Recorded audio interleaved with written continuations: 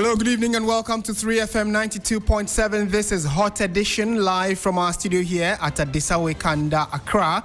I am Martin Asiedu Dartey. Coming up this evening, government successfully evacuates Ghanaian nationals from Iran to Turkey amid heightening conflict between Israel and Iran. We have details of this for you in a jiffy. Also in the bulletin, National Intelligence Bureau, the NIB, Narcotics Control Commission, and allied security agencies destroy $350 million worth of consignment of cocaine impounded in the central region. And later, Appointments Committee of Parliament dismisses petition against Supreme Court Justice nominee Justice Akabuafo, paving the way for his vetting. And that is one of the key stories we are keeping a close tab on for you, give you highlights of it as well. And later, two key teacher unions expressed disappointment over government's latest decision not to allow school heads to procure grains for students. Details of all these stories and more in a jiffy. Before that, though, let's bring you the news summaries. All right, Martin.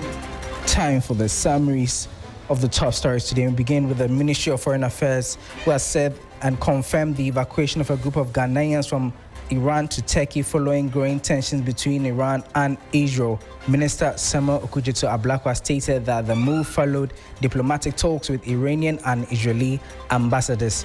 Also, a group known as the Concerned Electorate of Ablekuma North staged a protest at the Electoral Commission's district office, accusing the Electoral Commission of ignoring concerns raised by the National Democratic Congress, NDC, during the collation of parliamentary results.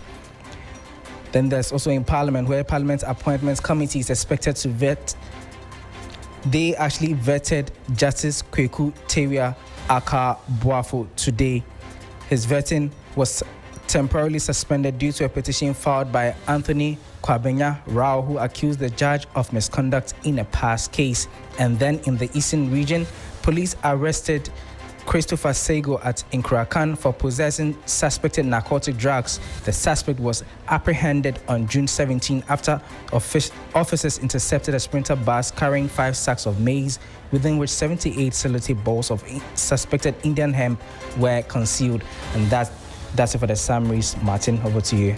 Thank you very much, Lord Iduasari, with the summaries of the bulletin. Let's delve into the specifics of the key stories we have for you tonight. And we are starting from news about developments far away in the Middle East, where Israel and Iran have been at each other's throat for a number of days now. So beyond the conflict, it looks as though a number of countries already are feeling the brunt of that particular war, and Ghana is no exception. And following that development, the government of Ghana has successfully evacuated a group of Ghanaian nationals from Iran to Turkey, with plans underway to evacuate others currently residing in Israel.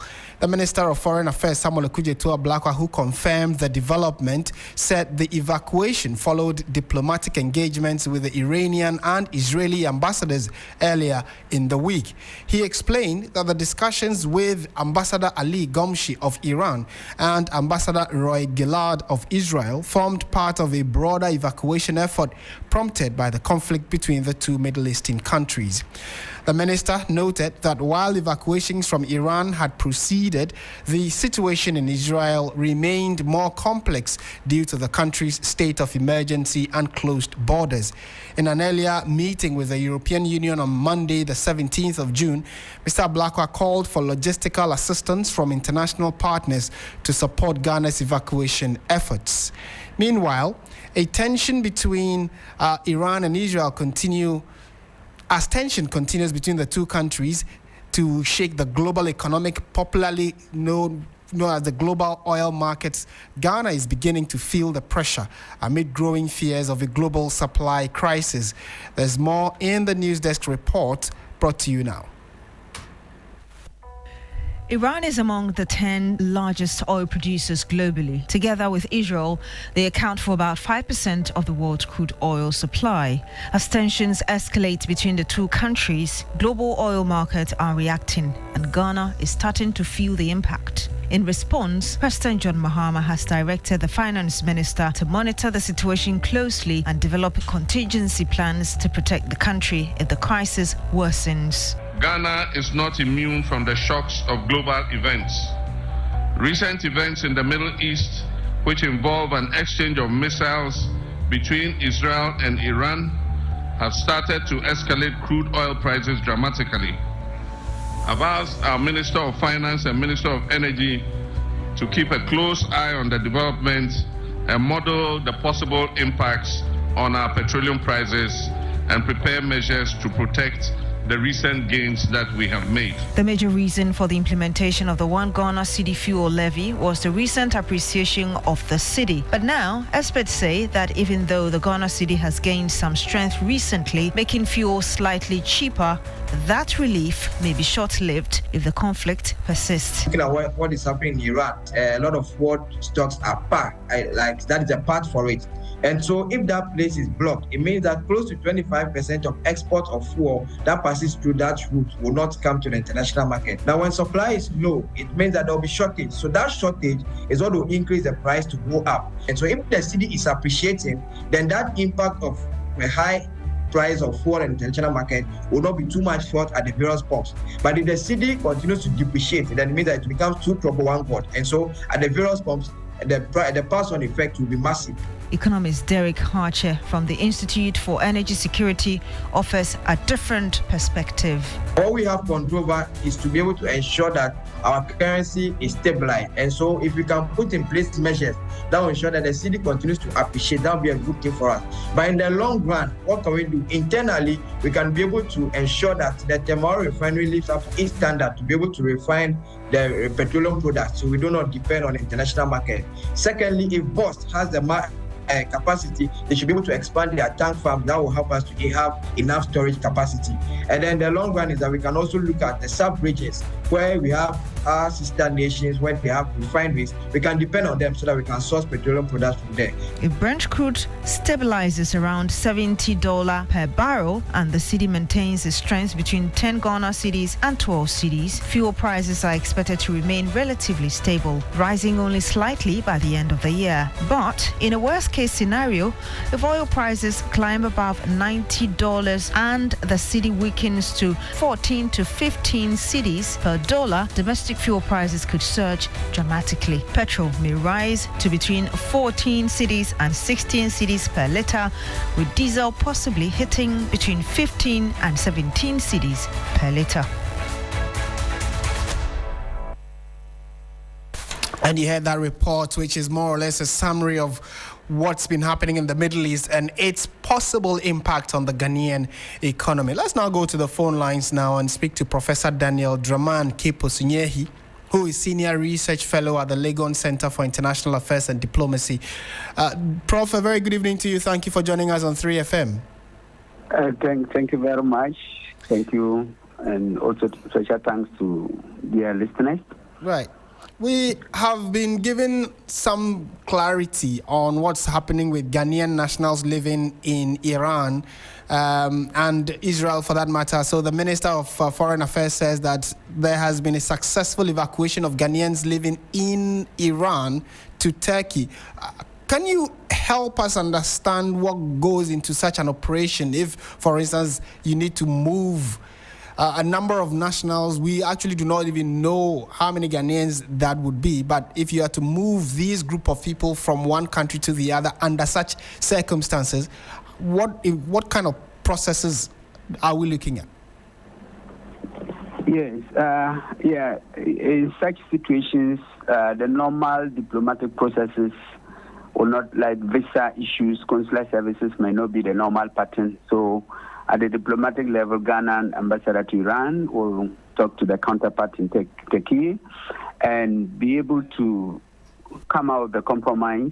And I'm sure this evacuation, the best made is through road transport.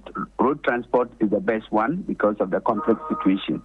So they will be able to waiver visa requirements and those things so that they are able to move Ghanaians there. And in such emergency situations, some other people may even join the Ghana evacuees and move because they may not be Ghanaians, but once they are closer to that, they will also take advantage to move. And likewise, some Ghanaians may also be stranded in some area and could join other countries to move. So this is not a normal pattern of seeking visa to get to Turkey, but this is an emergency situation, and it's handled at the diplomatic level. And I'm sure that Ghana diplomat and that of the Turkey government and diplomatic people in Turkey have ironed out these differences. And they all know the emergency situation. They know this is a very conflict situation that we will not be able to follow the normal processes. And so they all create room for this situation so that they are able to move the people to safe land, safe areas.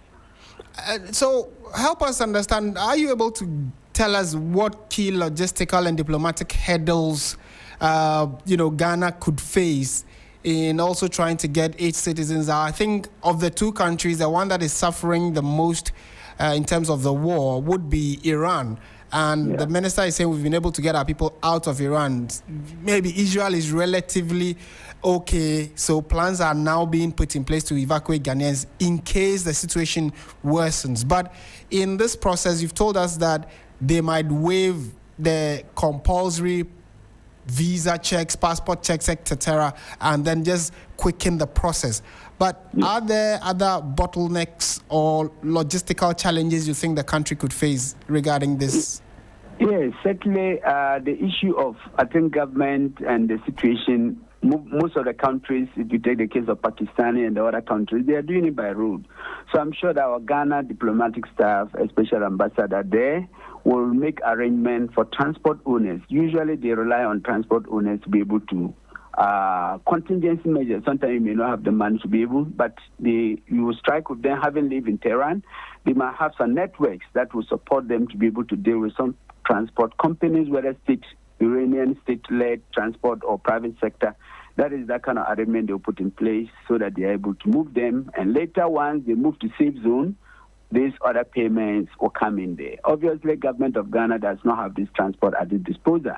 So they will liaise with the state, Iranian state, and some private companies.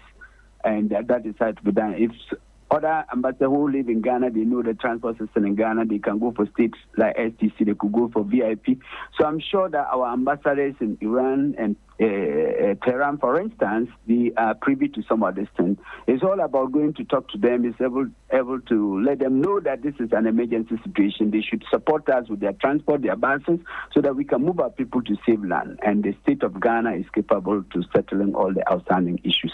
This is one of the clearest and the most appropriate way that Ghana diplomatic mission in Tehran will explore to get out of this situation. Right. And then there's the concern about Ghana's decision. I mean, like considering our foreign policy, how do you think we need to navigate this current conflict? I mean, there are already concerns about some of the utterances of the Israeli ambassador in Ghana, but we'll come to that particular one shortly. Talk to us about how Ghana can better navigate the foreign policy principles of non-aligned movement and the multilateralism when you are now dealing with two countries that are against each other. Yes, I think Ghana, traditionally since the era of our first president, Dr. Kwame Nkrumah, Ghana has actually assumed that non-aligned position, not aligning to the Western Bloc, not aligning to the Eastern Bloc. That foreign policy hasn't changed. Under the current government led by His Excellency John Mahama, it's still the same pattern. The foreign minister, they are still pursuing the same traditional foreign policy that Ghana should not be seen aligning to the Iran, not so much aligning to Israel. I think that is always the smartest and is a smart diplomacy, so that we will call for de-escalation of the conflict, and that is how non-aligned position should be. Ghana might not necessarily make a statement that Ghana is in support of Iran or Ghana is against Israel. I think that we should be mindful of our traditional non-aligned position and still go by that. And I think our Minister of Foreign Affairs in any response, they should still be reminded of our traditional foreign policy, not to align to any of that. And this is Israel, which is more aligned to the West, and Iran, which is more by apolitical, its foreign policy orientation. Iran is more tilted towards the East, an ally of Russia, ally of China. So Ghana is very much aware of these dimensions, and going that way to please Russia and China could also mean that Ghana might be displeasing U.S. and its allies on the other side, who generally seems to be in line with Israel. So the best is for Ghana to maintain the non-align. We must not align to any of the warring factions. We should rather take a position of hoping to see how we can find an amicable solution to this conflict. That should be the position I think Ghana should go for. That brings me to the question of what exactly the Israeli ambassador to Ghana has been saying, where he criticized Ghana's voting at the United Nations, asking for a complete ceasefire of the war between Israel and Gaza, or the Palestinian state in Gaza. So he says that we should have voted in support of Israel, but the minister has responded firmly, indicating that we are a sovereign nation and we know our left from the right in terms of which issues we stand behind and which issues we disagree with. Does that come to you as a surprise following the concern raised by the minister and the fact that the Israeli ambassador to Ghana is saying that we should have voted in support of Israel? Yes, so obviously we expect an Israeli ambassador to Ghana to tell Ghana to go in the way of Israel. That is a normal one in diplomatic practice. But Ghana, as a sovereign state, has the right to decide whether to go that way or the other. And Ghana is not necessarily condemning Israel. It's the case of the matter they are looking at, the atrocities, the suffering of the Gaza people, the humanitarian crisis there. So absolutely, I think the government is right to be on the side of the Palestinians. At this critical moment, the government has taken the right position, and Israel, I think that all this right to self-defense, I think we have overextended it. So I think Ghana's position is apt and it's appropriate. Don't also forget of it that Ghana does not have a very fixed station. And remember when the attack came from Gaza against Israel, Ghana condemned that. They condemned the Hamas for attacking Israel. And that is still the same Ghana. Today, it's on the other side. They are also condemning the Israelis. For me, I think it's appropriate. And at the point when Ghana see the need to go in for this, they will take it. As any point Ghana think there's a need to align with the Israelis, Ghana will go that way. And Ghana, as an independent state, we are to take a decision based on the issues on the ground. And I think that government has not really erred by voting the way they did. Okay, my final question would still hover on the issues of the United Nations. Where is the United Nations? Are they just a talk shop or an institution that just talks and passes policies but are unable to take concrete, decisive actions? Because, the question is stemming from the fact that what's happening in Russia, Ukraine, the UN has just been voting for or against an issue. Then we have Israel and Palestine. The UN still seem to be just holding meetings and upon meetings. Now we have Israel attacking, taking their steps to attack another sovereign nation. In all of this, the United Nations seem to be just holding several meetings and just cautioning and imploring Israel not to do so. What is the relevance of the United Nations in all of this? And do we actually have a body that can actually hold any country, for that matter, be the US or not, if they are flouting the UN Charter? Yes, this is a difficulty that we have. I will maintain the position that no matter how perceived weak UN is, I don't think that is still relevant. As long as it's a place that our representatives meet, take a resolution, condemn one point or the other, I think that is very relevant. It's just that the UN Security Council is being faced with a challenge because of the veto power of some five veto members. And that is what is crippling. That is making Security Council not being able to take prompt decisions.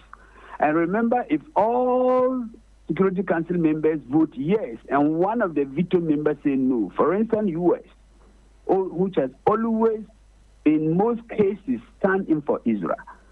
There no votes make the whole decision null and void. It won't hold. It won't be able. It will not be binding.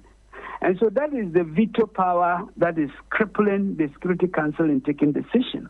And as we said, many have called for reforms, many have called for it to be scrapped, others are calling for it to be expanded. These are all problems. If you scrap it, maybe other development will come. But I think that if they scrap it, then that you can see all the sovereign states taking one vote, taking a decision, and that could be very fine. But others will even say that if it's even scrapped, other challenges will come in there. So it is, I think UN still remain relevant. Even though UN Security Council is not able to take decision, it's still very relevant. And at least since the formation of UN, we haven't encountered a third world war. And that shows that UN Security Council or UN as a body is still relevant. Remember, the League of Nations couldn't have stopped the war that was the Second World War, and that was how it became redundant. So in the event that UN Security Council failed to take prompt measures, prevent certain wars, prevent all these things, and in the event that a third world war occur, at that point we might then be compelled to say that UN as a body has outlived its usefulness, and maybe people call for a different international body that will be the mouthpiece of all governments of the world. But until that, I think the UN Security Council or UN as a body is irrelevant. Even as we go to talk, it might not just be a talk show, but some of the resolutions have an effect, even if it's not binding, but it has an effect on the aggressive state to watch out. And that is still very important. Thank you so much for your thoughts and expertise on these issues. Professor Daniel Draman Kipo-Sunyehi, we are always happy to hear you speak to us on these issues.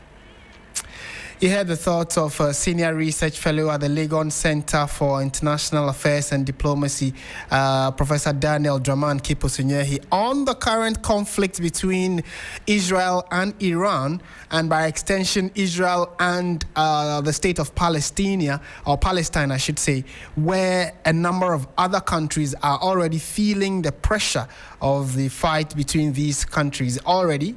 Ghana the President of the Republic has asked the finance minister and the minister in charge of the energy to start looking for alternative places Ghana can get fuel, because Iran is a major transport hub for a lot of the fuel that we use as a country, and many other countries depend on Iran as a transport yard, or as a thoroughfare or a pass-through for fuel use.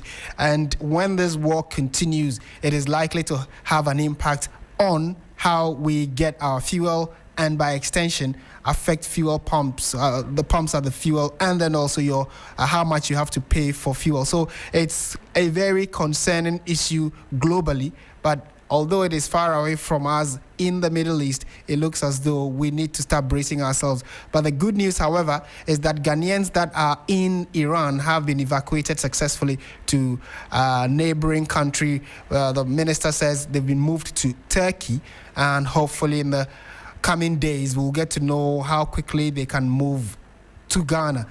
Those in Israel, though, because of the current situation, the minister says that they are still in Israel, but we are keeping close tabs on how soon. If the issue escalates, then it means we should be expecting Ghanaians to be brought from Israel as well, probably through Europe, then into Ghana. This is still 3FM 92.7. You're listening to Hot Edition, and we are live from our studio here at Adesanwe Kanda in Accra. Let's know what you also make of that particular development. I'm sure many of you have also been following how the bombing and the impact, the chaos that this war is having on human lives. Do share your thoughts with us on our various social media pages. My handle is at @NewsieMartin, Martin, and I'll be happy to reshare or read some of your messages before the show goes to an end. On to some other stories now, and the Lands and Natural Resources Minister Emmanuel Amakofi-Boa has announced that the government is rigorously engaged in reclaiming and revegetating illegally mined areas. He emphasized that punishment for illegal mining perpetrators will be strictly enforced. Responding to questions in Parliament today, the minister revealed that 8 out of the 9 red zone mining areas have been successfully reclaimed. He also addressed the tragic incident in Mpasetia Yao Nkwanta, where near the Echumampunya district Ashanti region, where 2 people died following the collapse of an illegal mining pit earlier this year. Let's listen to the minister when he was in Parliament and addressed the House. Illegal mining is a persistent challenge which has polluted our water bodies, degraded our arable lands, and decimated our forest reserves. So, Speaker, in the recent incident in the Swaman constituency, 2 people inadvertently fell in a Galamsey pit and lost their lives. These recent happenings have sparked public outrage, and immediate measures are being put in place to curb this menace. So, Speaker, the immediate measures include reclamation and revegetation program. The government is engaging in the reclamation of illegally mined out areas in the constituency and other affected areas to avoid such occurrences. Community engagement and education. The ministry has intensified community engagement and awareness creation on the effects of illegal mining. We have engaged the district assemblies and traditional authorities to come together and help in this fight. Law enforcement. Punishment for perpetrators of this heinous crime will be strictly enforced as is being done, and to ensure deterrence to other miners who engage in this activity. We are also strengthening licensing and regulation. So, Speaker, we are also focusing on geologically investigated areas with very good prospects to ensure that miners will get mine out areas that are very lucrative for them to mine, so that we can prevent this random digging and this risk we face. I thank you. Yes, the ministry through the Minerals Commission is able to regulate legal miners, small-scale miners that have legal licenses. But that's why we call these activities illegal. These are illegal activities, and those faceless people who do it are unknown. And so we continue to work with the district assemblies and authorities to apprehend them and make sure they are punished, make sure that we can get them to recover these areas. And we will continue to do so. I thank you. Honourable Speaker, as I stated, we are engaged in a very aggressive program. First, to reclaim all these degraded land, to minimize those risks. We are also working on a program for cooperative mining to identify mineralized areas and organize mining in a very sustainable and responsible manner. We believe that those steps will help address the concerns that has been raised. I thank you. Honourable Speaker, I think that this is when people engage in illegality and it results in the death of human beings, that becomes a matter of police investigation, and the right institutions are on top of this. I thank you. As the President recently stated, we are under no illusion that illegal mining activities that is widespread in more than 5 regions, that is engaging by almost 3 million people, will come to an end in 4 months. But we are very proud of the steps we have taken and the progress we are making. We are very proud to have reclaimed 8 out of 9 red zones that were not tackled for over 3 years. We are very proud of the active collaboration we are having with the community leaders, and we'll continue to make the progress and make sure mining is done responsibly and sustainable in Ghana. Speaker, I think my statement was very clear. This government and the people of Ghana can testify that the load that we were sunk in, this government in the last 4 months is really making progress, and will continue to make progress to ensure that we can do mining responsibly and sustainably in Ghana. So that's the voice of Emmanuel Amakofi-Boa, who is the Minister in charge of Lands and Natural Resources, when he was in Parliament answering questions to the regarding how far the ministry has gone as regards the fight against illegal mining and whether or not people have been affected. And he indicated that a few months ago, some 2 individuals lost their lives when a pit they were working in illegally collapsed. And says that has also added that government is going the extra mile to try to ensure that they are able to fight this illegal mining effectively.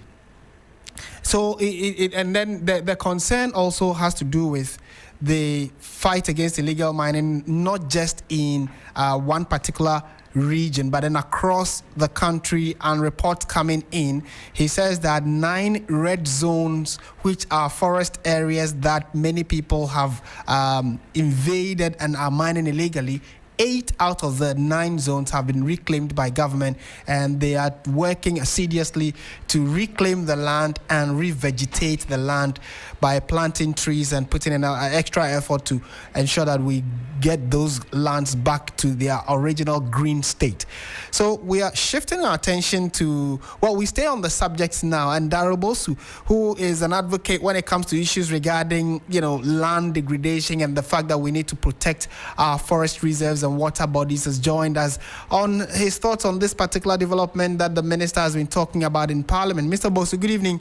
Thank you very much. I mean, I know Arocha Ghana would definitely be happy with the efforts government is putting in, although more is required. But what do you make of the fact that the minister is saying that 8 out of the 9 red zones have been reclaimed by the state? Good evening to you as well, and thank you very much for having me.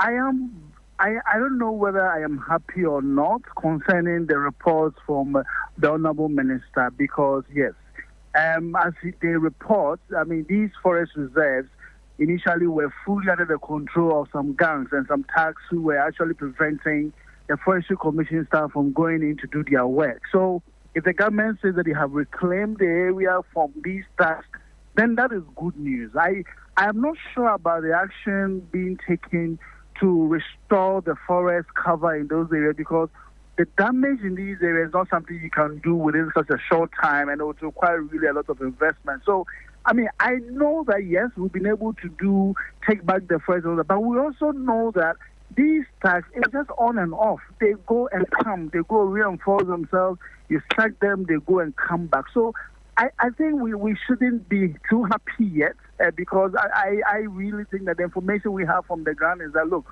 yes, the people are no longer there as they used to be, but they are not completely out of these areas. So we need to be very careful, and I think we shouldn't give them any space. We should be relentless. We should hit them hard, make sure that they go and they never come back. At the moment, they're just playing hide and seek with our state agencies that are on the ground trying to prevent them from the damage that they are causing to our forest reserves.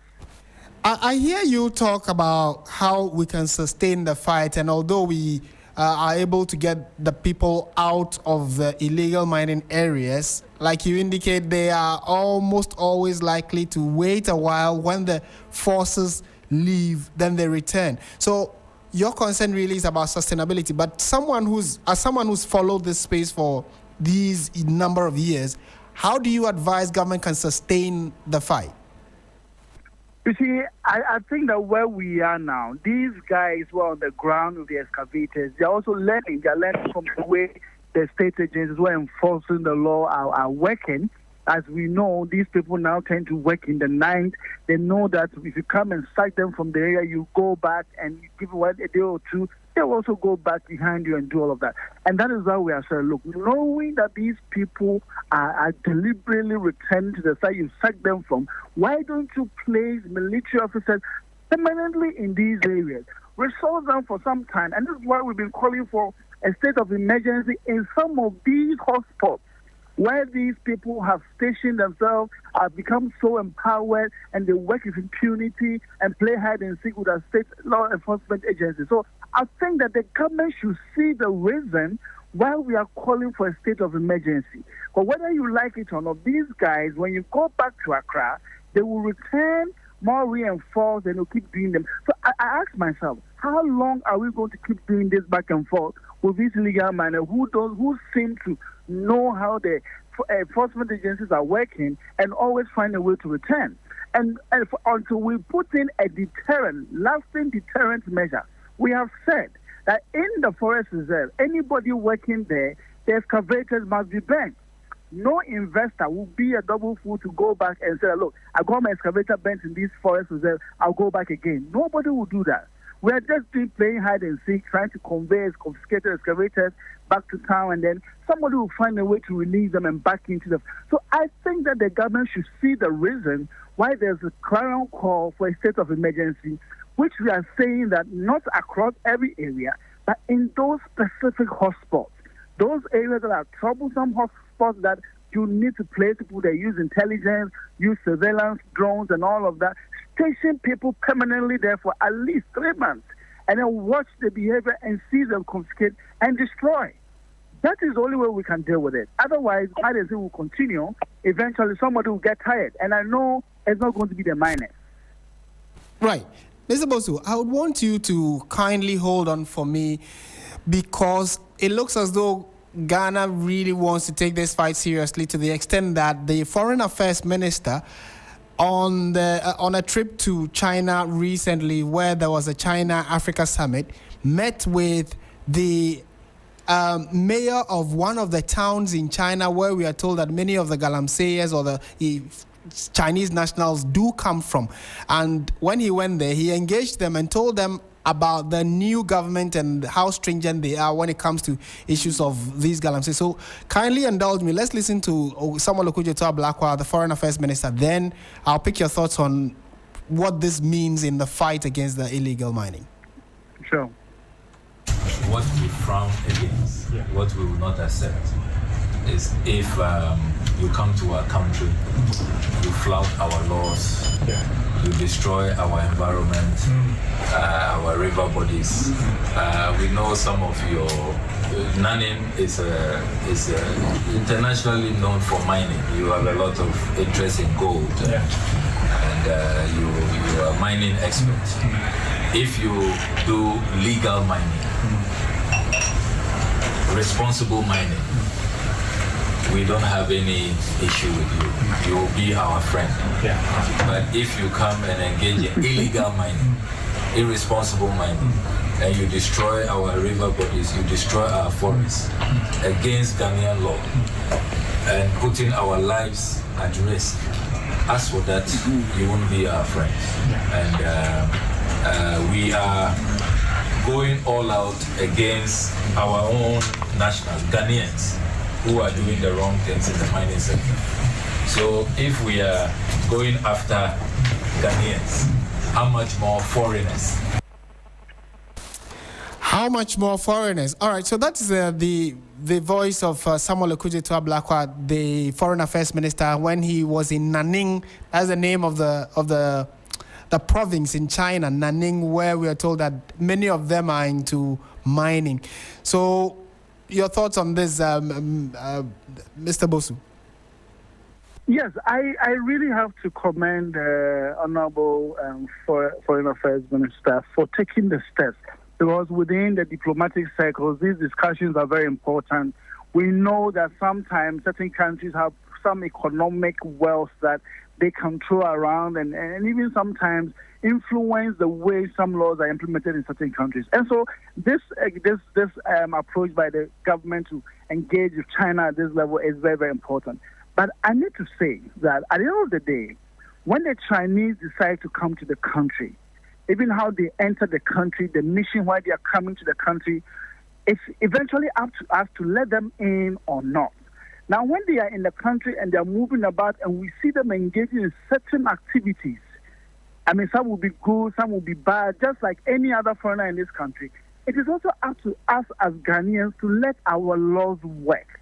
But this is where then you ask yourself, are we implementing our own laws as we have claimed it is? So I believe that at the end of the day, you go through this diplomacy, you go to talk about it in China. At the end of the day, the work needs to be done by us Ghanaians. This is our land. We run the law enforcement agencies. We set our own laws. We enforce our own laws. I think that the bigger responsibility lies with us as Ghanaians lies with our immigration officers, lies with our police officers, lies with every RISEC and DISEC group in this country. We need to keep our eyes on the ground and ensure that it doesn't matter what country you come from, you do the right thing. You live by the rule of law. Now, the interesting thing we all need to understand that everything that we claim the Chinese are doing in this country, there's no way they will allow us to go and do same in their country.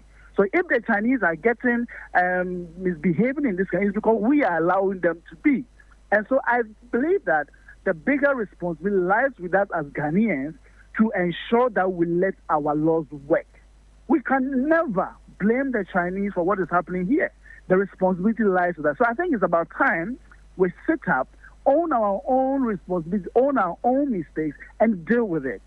All the Chinese can do is to offer support. On their side, when there are issues, they can offer support. If you want even them to support them with some intelligence, equipment, they can offer support. But it is up to us, not them, to deal with the recalcitrant nature of some of their own people who travel across many parts of the world trying to look for jobs or to settle or to do many things. So I think the responsibility is after. So we shouldn't really put the blame on the Chinese if we think that they have a role to play. No. Most grateful for your time this evening, and as well. Thank you. Thank you so much. You heard the voice of Daryl Boso, who is the Deputy National Coordinator of Arocha Ghana. Now, they are one of the key state institutions, one of the key civil society institutions at the forefront fighting against illegal mining, and it's a broader conversation that has now even gotten to the extent that Foreign Affairs Minister has had to also lend support to the Minister in charge of Lands and Natural Resources, and by extension the National Security Ministry, as well as the other relevant agencies that all have to play a role if we want to get our water bodies and our rivers and forests clean or devoid of illegal mining activities. So he addressed the vice mayor of the Nanning community, who is in the person of Guo Wei, that's his name. He was with the Chinese delegation when the Foreign Affairs Minister met them in China and spoke about the impact of the illegal activities that people from Nanning are having when it comes to Ghana. So he's asking for further assistance, especially from the Chinese. And like you heard Daryl Bosu say, a lot of the lifting, the heavy lifting, depends on Ghana, right from all our state institutions, immigration, right through the police, the military, and then the regular citizens and people living in the communities where these activities take place. We all need to ensure that any foreigner who comes through the right procedure, follows their right rules and regulations if they want to undertake any kind of business within our jurisdiction. Because, again, Ghanaians cannot go to any part, not even the remotest part of China, and go and misbehave. So if citizens come from that place, we, the citizens here in Ghana, need to also assist government in whichever way possible, because the water bodies, the forest reserves are ours, and we cannot allow foreigners to destroy them. But most of the heavy lifting or the major work depends on us. And like the Foreign Affairs Minister indicated, if Ghanaians are even being chased or arrested and prosecuted, how much more a foreigner or an outsider? So it's an interesting play on how the issues are playing out before us, and we'll see how it comes out in the coming days. You're still listening to 3FM 92.7. Let's go to another very concerning subject, which is the arrest of some individuals who had cocaine, a consignment of cocaine on them in the central region, which we are told was impounded and has been destroyed. The National Intelligence Bureau, the NIB, the Narcotics Control Commission, and allied security agencies have destroyed a $350 million consignment of cocaine that was impounded by the National Intelligence Bureau operatives in the central region. The destruction was carried out following a court order. Stanley Nibleu from the newsroom, who has been following the development, reports that 3 individuals linked to the consignment are currently facing prosecution. In March this year, The National Intelligence Bureau, NIB, intercepted consignments in the central region suspected to be cocaine, with an estimated street value of $350 million. The drugs were concealed in a tipper truck covered with sand and en route to Accra from the western region. Laboratory analysis confirmed that the seized cocaine weighed 3,319.68 kilograms and had a purity level ranging between 50 and 70%. The consignment is believed to have entered the country via sea using fishing vessels. 3 suspects are currently on trial for importing narcotics without lawful authority and engaging in prohibited drug-related activities. Following a court directive, a joint team from the National Intelligence Bureau, NIB, Narcotics Control Commission, NACOC, and allied agencies carried out the destruction of the narcotics at Bundasi in the Greater Accra region. The exercise was also witnessed by a delegation from the Attorney General's Office, international observers, and counsel for the accused persons linked to the cocaine. Other impounded drugs included heroin, cannabis, red 225 tablets, several cartons of codeine, and additional quantities of cocaine seized from different locations were also destroyed. Before the incineration, personnel from the Ghana Standards Authority conducted on-site field tests. Using cobalt thiocyanate reagents and hydrochloric acid, the cocaine sample turned blue, confirming its authenticity. Tests on the cannabis also proved positive. The consignments were then set ablaze under tight security. Director General of the Narcotics Control Commission, Brigadier General Maxwell Obuba Mante, said the destruction exercise was part of activities marking this year's International Day Against Drug Abuse and Illicit Trafficking. He added that a nationwide crackdown on illegal drug operations will be carried out next month. My simple message to those who perpetrate or who are involved in this illicit drug business is that it is not fair to the country. We will not stand idly by and allow them to bring in these illicit drugs to destroy our future leaders. From next month, we'll be conducting special operations and we'll go after them. The destruction of the massive cocaine haul serves as a stern warning to drug traffickers and affirms Ghana's commitment to combating narcotic crimes. As prosecutions continue, security agencies are intensifying efforts to dismantle drug networks and prevent the country from being used as a transit point for illicit substances. And you heard that report by Stanley Nibleu, and if you are wondering the amount again, it is $350 million worth of cocaine that was seized by the National Intelligence Bureau in partnership with the Narcotics Control Commission and other allied security agencies. Let's, that amount is quite substantial, isn't it? $350 million, not 1, not 2 million.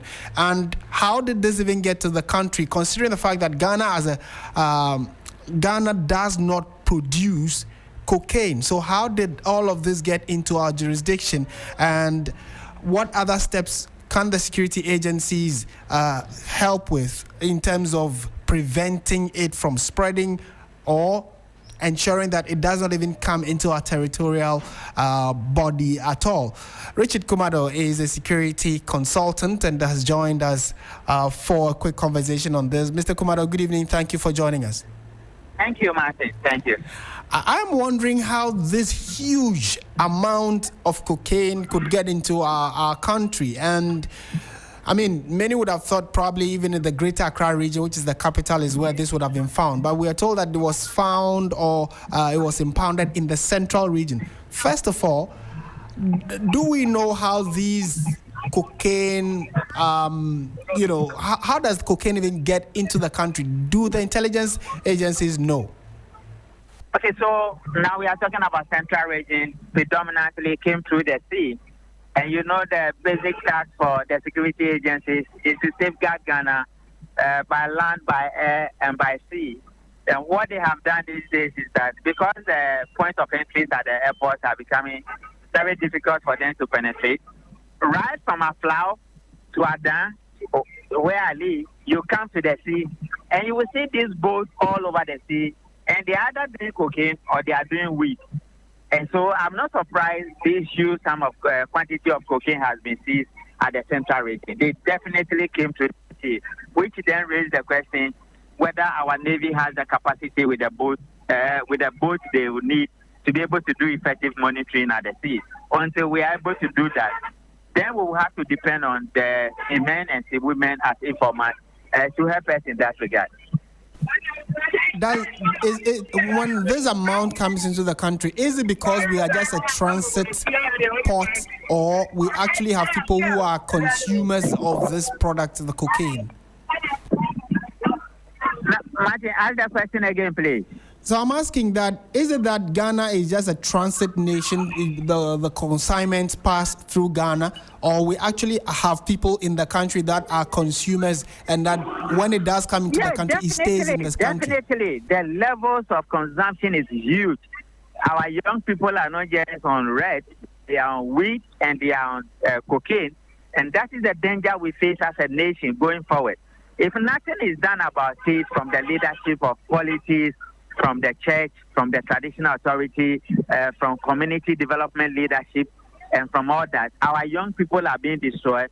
And it will have very huge ramifications on us as a developing country who will need the youth in order to turn up productivity. The consumption levels are high.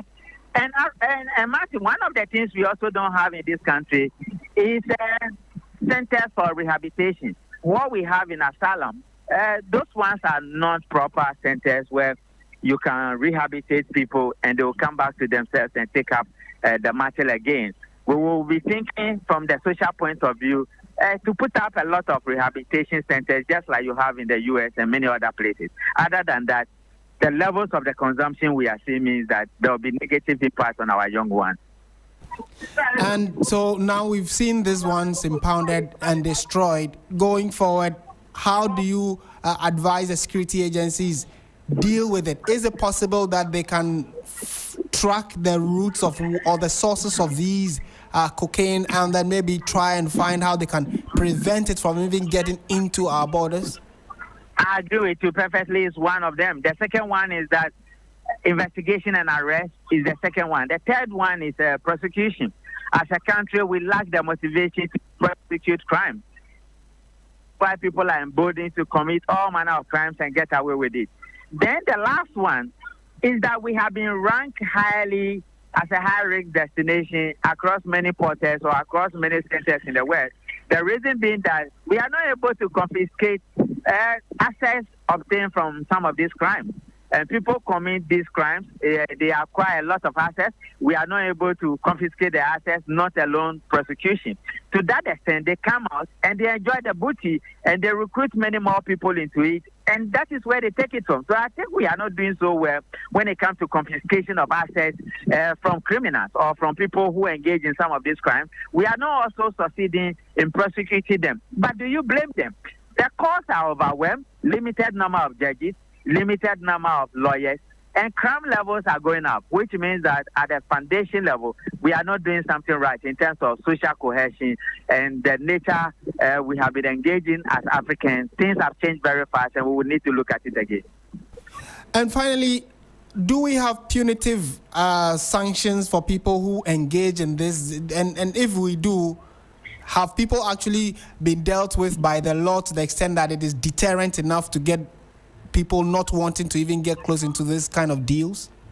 Definitely we have laws, but the deterrence measures are not so severe. So people can afford to get involved and come out and enjoy their booty, and nothing is done to them. The state cannot confiscate as much as possible. The state cannot prosecute criminals in this regard as much as possible. And those lack of those tendencies, it means that there are not enough deterrence in this particular area. And we will need to look at it again as a nation. Mr. Kumado, thank you so much for your time this evening. Thank you. And you heard the voice of Richard Kumado, who is a fraud and security consultant, sharing his thoughts on the $350 million worth of cocaine that was impounded in the central region and subsequently been destroyed.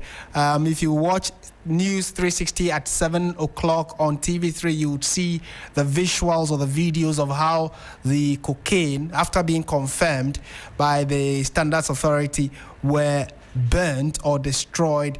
And then 3 individuals, we are told, are facing trial on this particular issue. So we would also move on to some other stories. Remember that this is Hot Edition on 3FM 92.7, live around the world on 3news.com. That's our website. And we are going on to some other stories now. You know that there have been some vettings. The last 3 days have seen some Supreme Court nominees being vetted in Parliament. Well, today, one of the key individuals who had some controversy surrounding whether or not he should be vetted finally went through vetting. And I'm going to bring you that story right now. So a Supreme Court nominee, Justice Kwekutewia Akabuafo, has clarified that the Attorney General does not commit any breach in providing information on cases being prosecuted.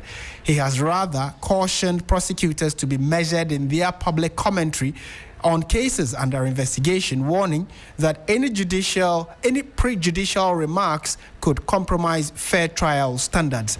Christian Yali sat through the proceedings in Parliament and has come through with his report. Justice Kweku Akabuafo was responding to growing concerns about how the Attorney General has been handling public communications on high-profile investigations. For many, his decision to announce criminal charges in the media before such cases are brought before the court raises serious questions. But Justice Akabuafo says such public engagement must not undermine the law. This society has grown a bit sophisticated and want to receive information. If the Attorney General takes the position that these are matters that I ought to place before the public to be aware of, it may be within the context of providing information. But if the Attorney General goes ahead to make comments alluding that the person is already guilty, in my view, that would be a breach of the Constitution. He expressed deep concern over the shortage of legal practitioners in Ghana and called for the urgent training of more lawyers. From the Ghana Bar Association portal, as I asked around, you see practicing lawyers will be about 8,000. To that extent, there are not enough lawyers in Ghana, because if you look at our population, then you have about 2,000 people to a lawyer. He was the last to be vetted among the 7 nominees appointed to the Apex Court. The report will be put together, laid on the floor of Parliament, and then we take the motions leading to the adoption of the motion and then the consequential approval of the judges or disapproval of the judges by the House. Bernard Ahiafo also explained the reasoning behind their decision to throw out a petition against the nomination of Justice Kwekutewia Akabuafo. Any person guided by all those considerations that regulate the conduct of human affairs with a little legal knowledge, looking at the petition and the reference, will come to a conclusion that the petition is frivolous, is vexatious, is unmeritorious, is worthless, it is baseless in law and the facts. The minority leader, Alexander Fenyomakin, while agreeing with the decision, did not shy away from mentioning the suspended Chief Justice's case. We have one Daniel Ofori who refers to a judgment which the Chief Justice was involved as a basis for attacking the woman and calling for her removal. If you also read Yakubu Akogo Ayamga, similar frivolous allegations are made.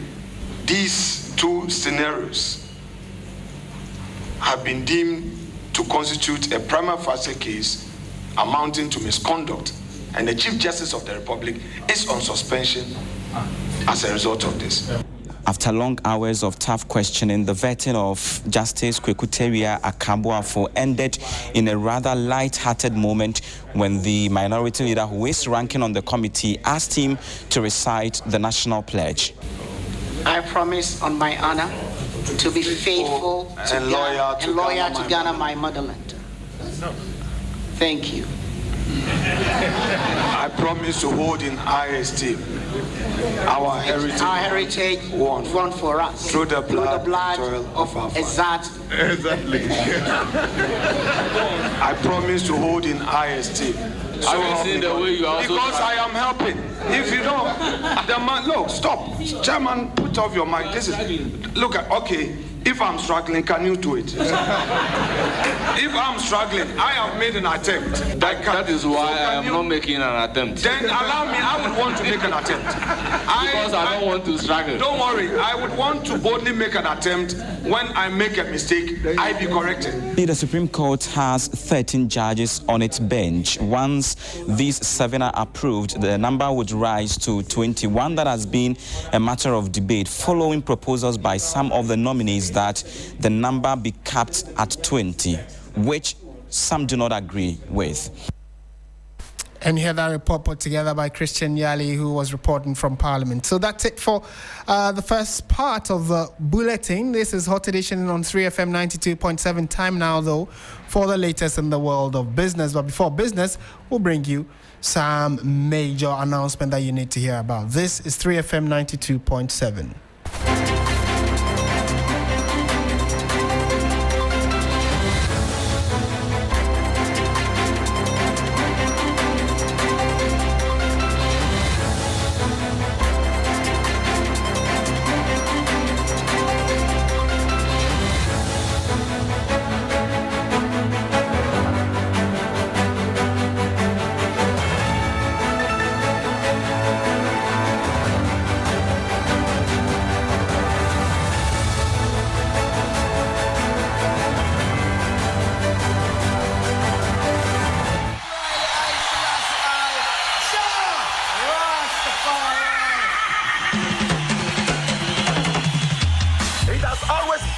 Journey of Pan-Africanism and consciousness. It is your regular taxi driver with the urban blend and 3FM 92.7 in living stereo every day, Monday to Friday from 12:30 p.m. till 3 p.m.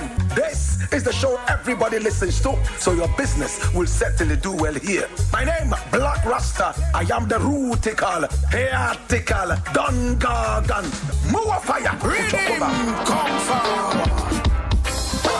Atinga ya chika fankare, Azure ya chika fankare, Abama ta chika fankare. 3FM, your urban lifestyle radio. Hello, good evening and welcome to Business News on Hot Edition on 3FM 92.7. Coming up tonight, Bank of Ghana cautions on rising cyber threats as over 21,000 fraud attempts target Ghana's financial sector in a year. This story and others lined up for you. Please stay with me.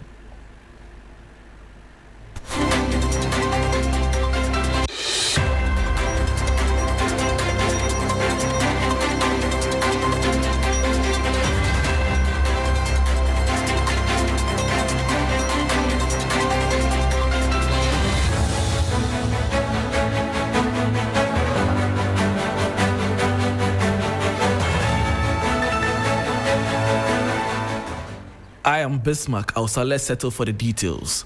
First Deputy Governor of the Bank of Ghana, Dr. Zachary Mumuni, has raised fresh concerns over the growing wave of cyber-related crimes targeting digital financial platforms across the continent. Interpol estimates show that cybercrime is now costing Africa over $4 billion annually, with most attacks directed at mobile money, digital banking, and fintech systems. Speaking at the 2025 African Financial Inclusion Policy Initiative meetings in Accra, Dr. Zachary Mumuni warned that such threats are becoming more complex and damaging in the face of expanding digital innovation, hence the need for a stronger regulatory collaboration across the continent. Cybercrime is not a distant risk. It is a present danger. In 2022, for instance, in Ghana alone, we recorded over 21,000 cyber fraud attempts in the financial sector, most targeting digital platforms. Across Africa, the cost of cybercrime is estimated to have exceeded $4 billion annually. This reality underscores a simple truth. Financial inclusion without system integrity is unsustainable. Cybersecurity is no longer an IT issue. It is a strategic imperative at the core of financial governance. Public trust, institutional confidence, and systemic stability now hinge on our ability to anticipate, withstand, and respond to cyber risks. And that was First Deputy Governor of the Bank of Ghana, Dr. Zachary Mumuni. Meanwhile, Chief Executive of the Alliance for Financial Inclusion, Dr. Alfred Hanig, has urged African central banks to collaborate to build more inclusive and resilient financial systems amid global uncertainties and threats. Cyber attacks in Africa have increased by nearly 150% in the past year. Reported losses from cybercrime in Africa now reach billions of dollars. 58% of Africans now say that they are very concerned about cybercrime, up from just 29% 2 years ago. I think this is a clear signal why I think we want to work on the cyber threats are escalating to systemic levels.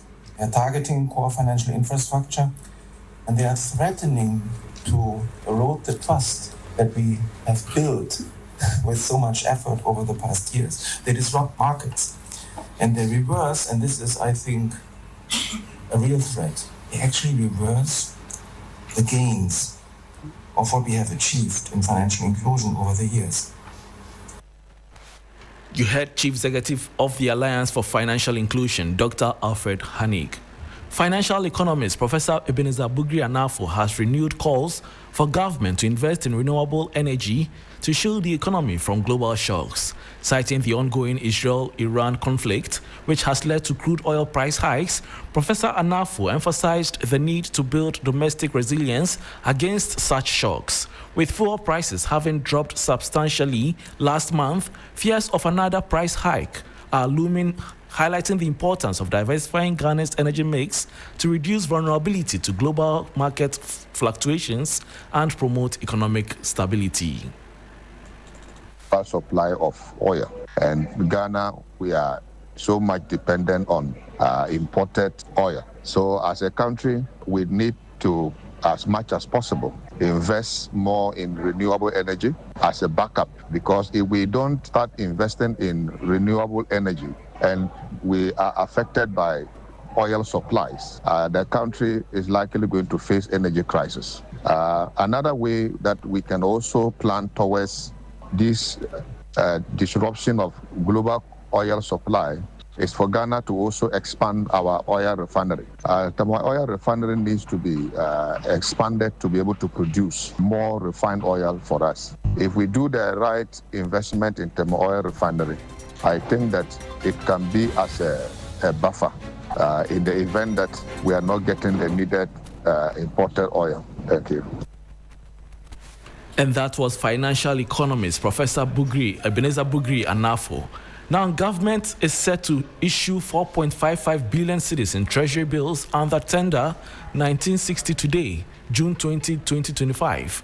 This target represents a notable decrease of 3.03 billion cedis from the 7.58 billion cedis sought in the previous auction on June 13, 2025, signaling a recalibration of the government's near-term funding strategy.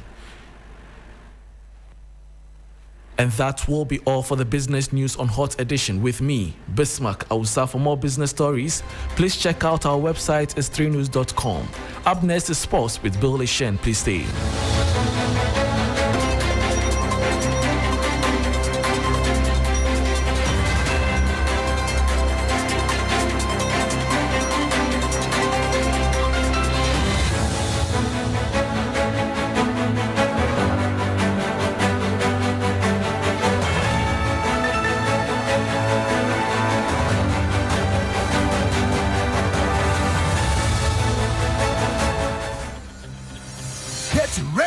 Ghana, the road is calling, the wheels are spinning. It's the 3FM Toduga.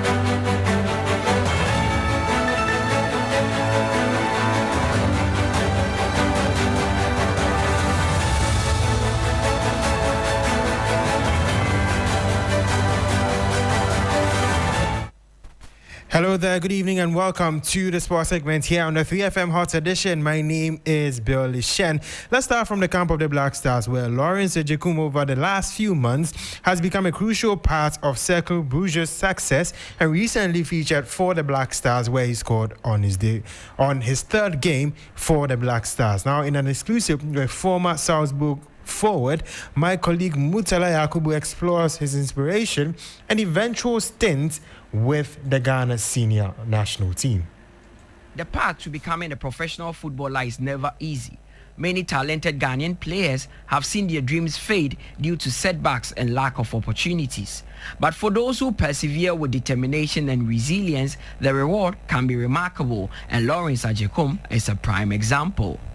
Born and raised in Ashamine, Agyekum rose through the ranks at the West Africa Football Academy, WAFA, where he laid the foundation for his professional career.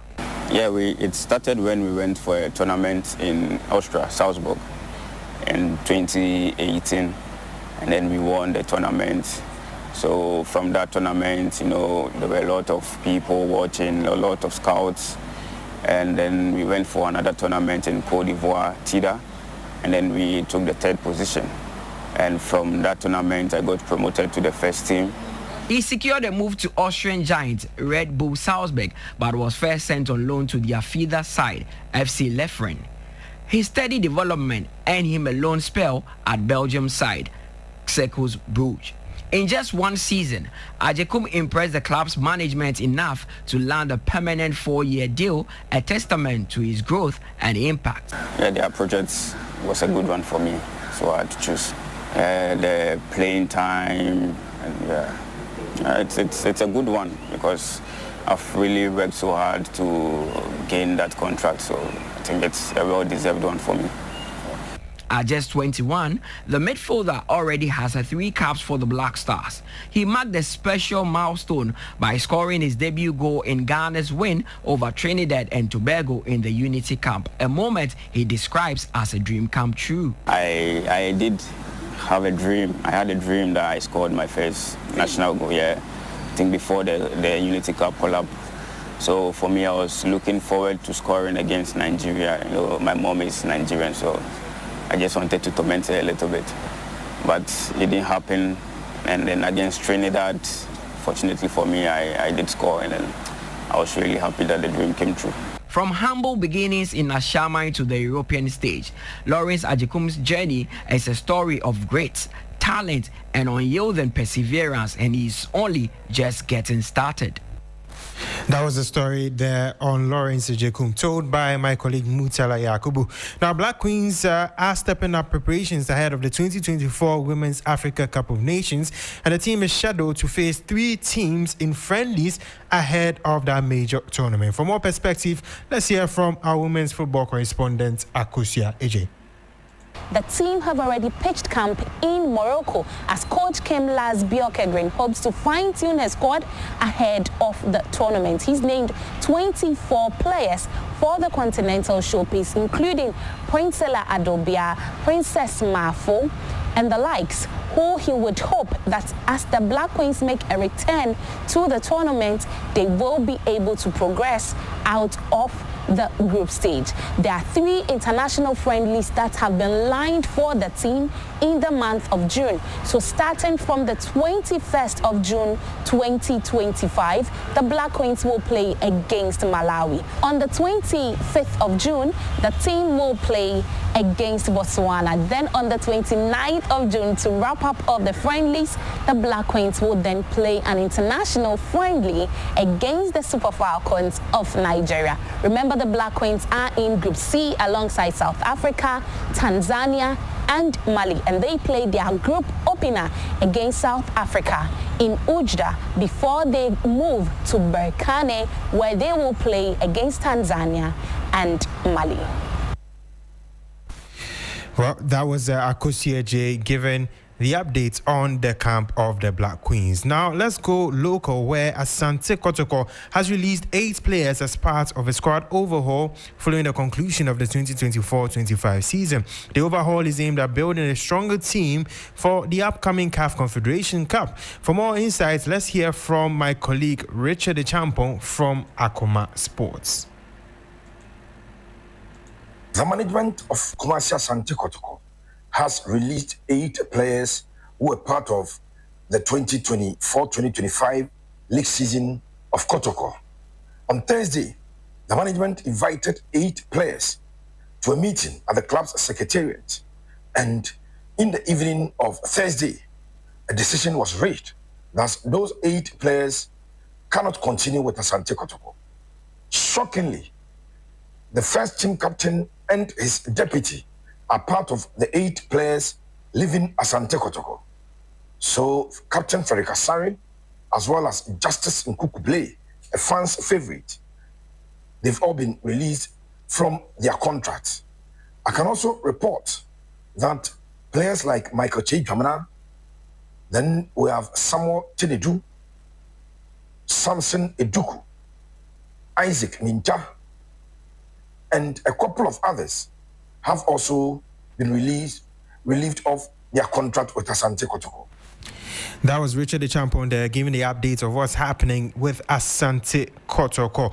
Now, in the camp of Hartlepool, Didi Dramani has been appointed the new head coach of the club, having signed a 2-year deal. He's expected to take over from the previous technical team and raise Hartlepool to the level that they want to achieve. That is winning the Ghana Premier League in future seasons. Hartlepool have confirmed the signing of Masud Didi Dramani as their new head coach. Yes, he's a league winner with Asante Kotoko, having guided them to the 2012-2013 league and the 2013-2014 season as well. Rich in experience, has been an assistant coach at the Black Star level. Most recently at the 2022 World Cup, where he was an assistant coach to Coach Otuado. He comes with a lot of experience. He's been at Right to Dream. He's done women's football. Even under 23 level, Ghana failing to qualify for the last Olympic game, he was the head coach of the Black Meteor. So he comes in with rich vein of experience, but the Hartlepool squad will need to work extremely hard. He's a disciplinarian. He's somebody that demands a lot from the players. That was Mutale Yakubu giving his insights on the snapping up of Masud Didi Dramani as the new head coach of Accra Hartlepool. Bringing an end to sports here on the 3FM Hot Edition. My name is Billy Shen. We have Martin and the rest of the team with a lot more, so do stay tuned.